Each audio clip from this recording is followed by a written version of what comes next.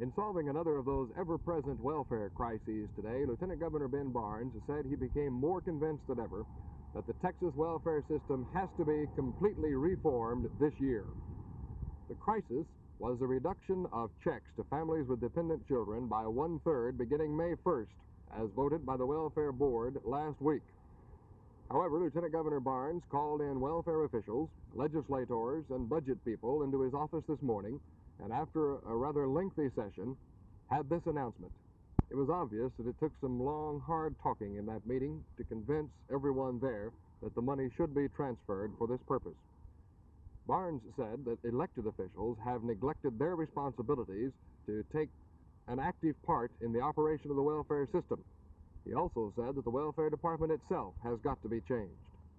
Legislation to eliminate any possible question of the legality of this transfer of funds is expected to get through the legislature quickly. Meanwhile, the Senate today refused to take up an item of welfare reform. Senator Charles Wilson has proposed a constitutional amendment to allow judges to order garnishment of wages of fathers who have refused to pay child support. Now, today's action did not kill the bill. It just meant it is not being considered at this time. Senator Wilson explains why it is so needed.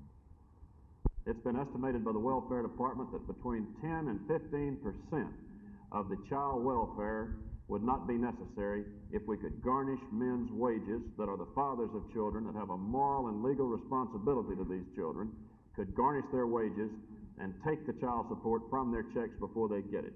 The simple fact is, in Texas, there are thousands of these men that will not pay the child support, and the judge has only got one alternative. That's either to put them in jail, and then they lose their jobs and can't pay child support, or let them go.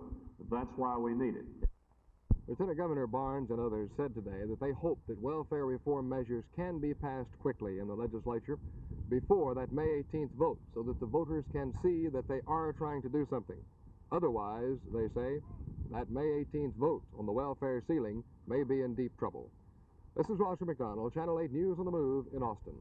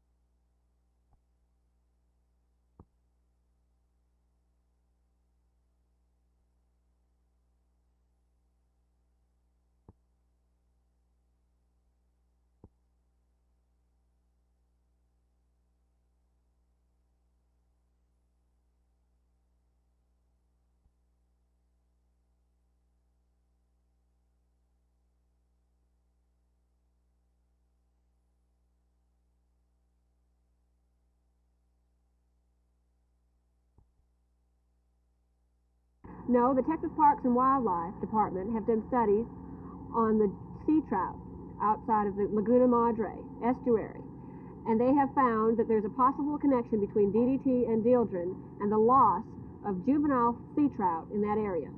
Well, what do you intend to do about it? We have proposed a bill before the House and the Senate to ban the use of these harmful and persistent pesticides in the state of Texas. This includes DDT, dieldrin, Mirex, and about 13 other chlorinated hydrocarbon insecticides. You're going before the legislature tomorrow, then, to propose passage of the bill. What do you expect will happen? We hope that our slate of witnesses will be able to give evidence to the Environmental Matters Committee in the Senate and the House Committee, Agricultural Committee in the House. We have organized a team of witnesses throughout the state to give evidence of the harmful effects of these insecticides.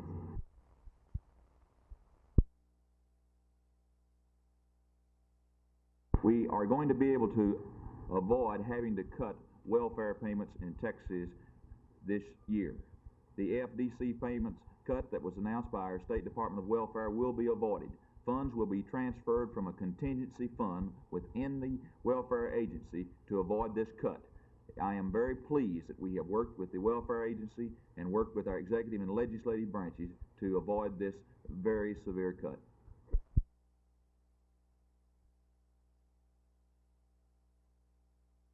But I think this welfare crisis points out a very serious problem in Texas and in this nation, and that is that our welfare programs have grown to the point that no one understands them. And those of us in public office and those who have the responsibility for administering these programs do not completely understand these programs, and that's why that so many mistakes are made. This is why Texas has had a welfare crisis every few months during the past 24 months, and this is why that we so desperately and vitally need welfare reform in America.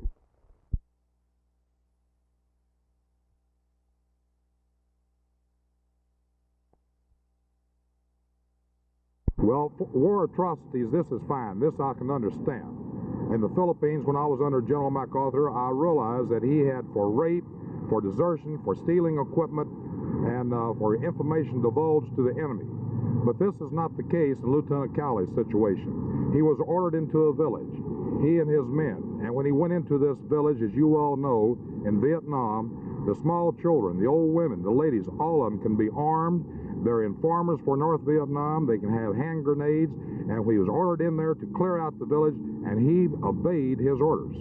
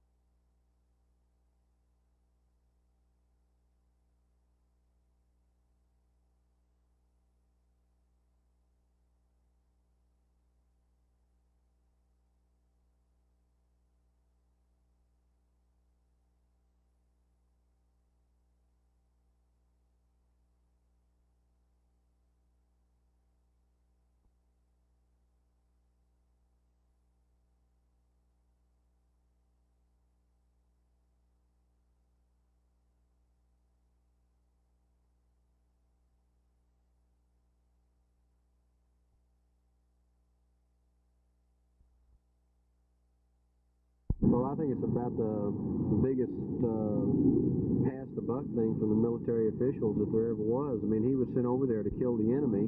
There's some ways I like the decision they made. There's other ways that I didn't, and I'm sure a lot of people feel that way too. Well, it's hard to say. I really don't think he should be found guilty for it because it's a war. Well, I'm not sure whether he should have been guilty or not guilty, but I think he was following orders. I think it is unspeakable in this country that a man who is in the Army should be convicted of something like that.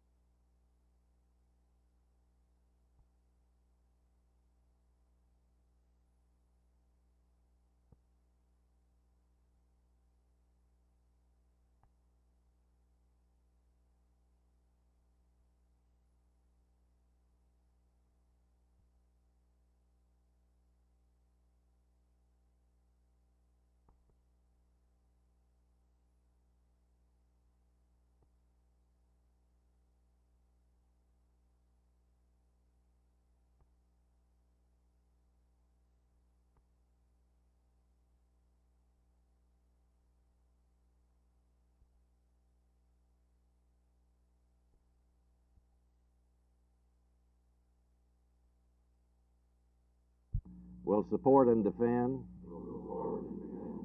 the Constitution of the United States against all enemies, foreign and domestic.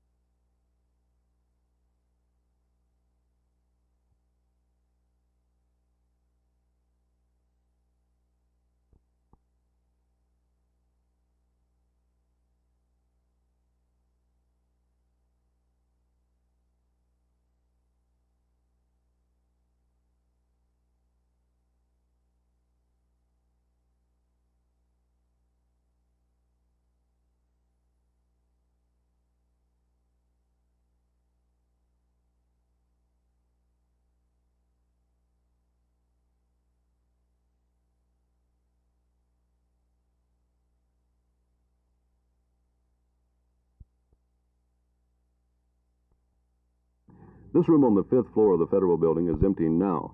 However, earlier this morning, 34 men took the oath of office as new agents of the Alcohol, Tobacco, and Firearms Division of the Internal Revenue Service. The oath of office administered by B. Frank White, the Regional Commissioner for the Southwest Region. Following the swearing-in ceremonies, these men received their new badges and were given a good talking to about their responsibilities, as well as the background of the agency they will now serve. Of course, these men rely on secrecy for their safety. They must not be identified, and thus the two gentlemen we talked with, we had to talk to from the back. Personally, the area I came from, there was a lot of bombing in the last few years, and we were fortunate enough there not to have any bodily injury, but there was much damage, and I feel that anything we can do to prevent this is going to not only save the taxpayers money, but the U.S. government in the long run, and we hope in a lot of cases prevent a lot of needless injury and death. What is your attitude about being an officer trained in explosives? Well, personally, I'm very proud, as I'm sure every new agent is. This is a day we've all been looking forward to. I've been looking forward to it. I've had a background in law enforcement, and we're just real proud. Following their orientation program in Dallas, these men will be assigned in 8 states of this region: Louisiana, Arkansas, Texas, Oklahoma, Kansas, New Mexico, Colorado, and Wyoming. These men will enforce federal laws relating to firearms, liquor, tobacco, and now explosives. To quote Mr. White when he was opening the ceremonies this morning, it may have to become known as the Alcohol, Tobacco, and Bang Division. It's kind of funny at the moment, but when you think about it, it's not funny at all. At the federal building, this is Jim Mitchell, Channel 8 News.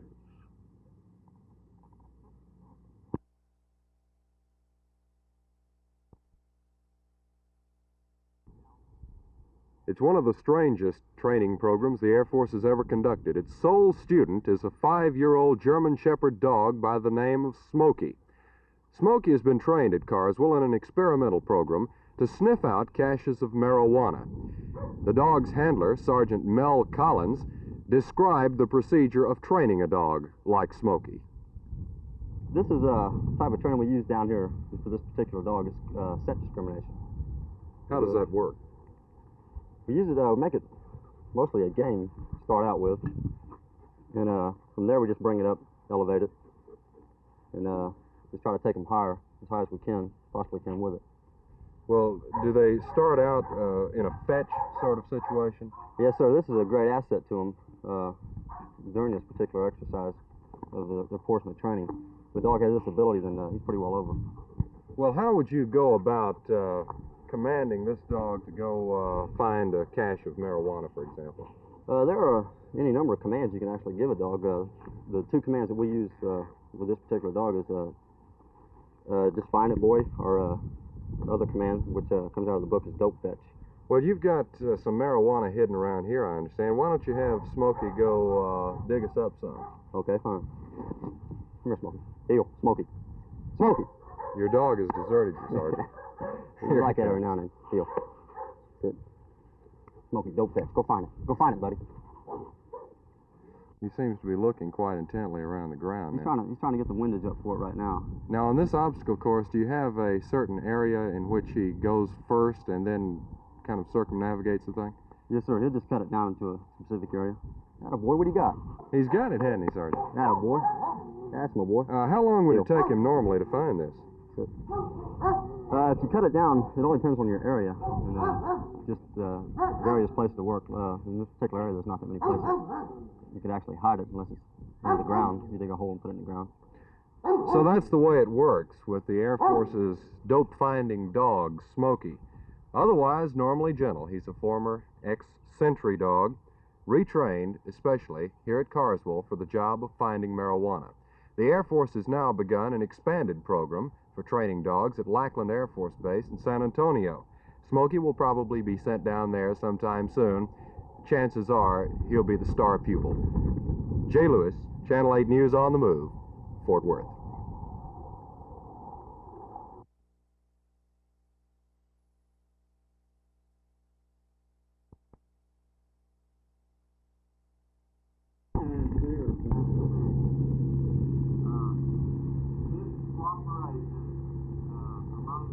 the lane thoroughfare. We would not want to fail to recognize the is in hand, and I'm sure that the ceremony will be performed in excellent order. Part of rock wall that will be.